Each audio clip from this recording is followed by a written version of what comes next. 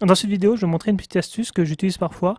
Alors, c'est pour faire un scan. Alors, notamment si on n'a pas installé les utilitaires ou si on a une imprimante en Wi-Fi et que les applications par défaut ne fonctionnent pas. Donc, j'avais testé ça sur une imprimante HP et également sur une imprimante Epson.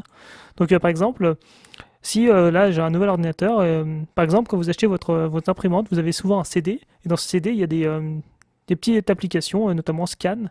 Donc ça va permettre de scanner. Sauf qu'on n'est pas forcément obligé de passer par ces applications, des fois qui sont soit qui manquent de choses, soit trop complexes. Et si on a perdu le CD, on n'est pas obligé de l'avoir dans tous les cas. Donc cette application Photofiltre, c'est une application qui a une version payante et une version gratuite. Et donc, je vais vous montrer rapidement comment faire. Donc, c'est très important si vous avez une imprimante en Wi-Fi ou une imprimante connectée, c'est que parfois, lorsque vous allez brancher un câble USB, il faut laisser Windows, par exemple, lorsqu'on utilise Windows, configurer, ils appellent ça plug and play, le configurer automatiquement le pilote, il faut tout laisser. C'est très important. C'est la chose la plus importante, c'est que l'imprimante soit reconnue. Après, on peut passer par photofiltre.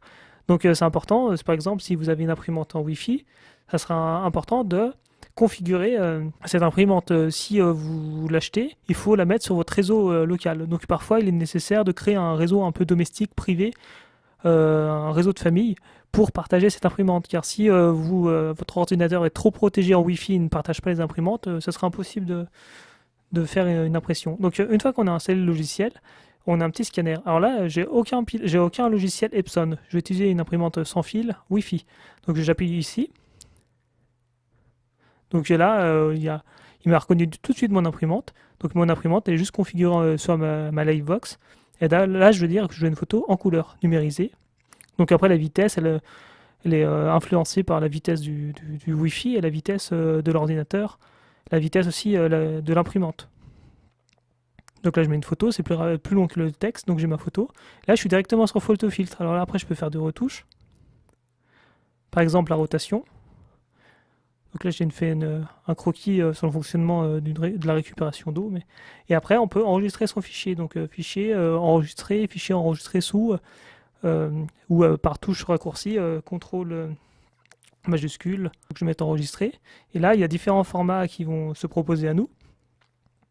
Donc moi, les deux formats vraiment que je conseille, c'est soit le JPEG va compresser vos images, ou le PNG qui a une bonne qualité. Après, on peut mettre du GIF si on veut gérer la transparence et faire des fichiers, mais le PNG permet également de gérer la transparence. Donc après, on donne un titre. Et par exemple, si on est en JPEG, il y aura un taux de compression. Donc moi, je l'ai réglé par défaut, mais on va compresser l'image. Donc si vous envoyez par mail et que des fois la pièce jointe ne passe pas, on compresse un peu plus l'image. Bon, on va perdre de la qualité, mais ça va permettre d'envoyer l'image. Donc là, sans titre, c'est un essai, enregistré.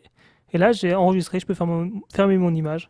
Donc j'utilise la petite icône. Donc ça a testé. Moi, ça a fonctionné sur beaucoup d'imprimantes. Voilà cette astuce.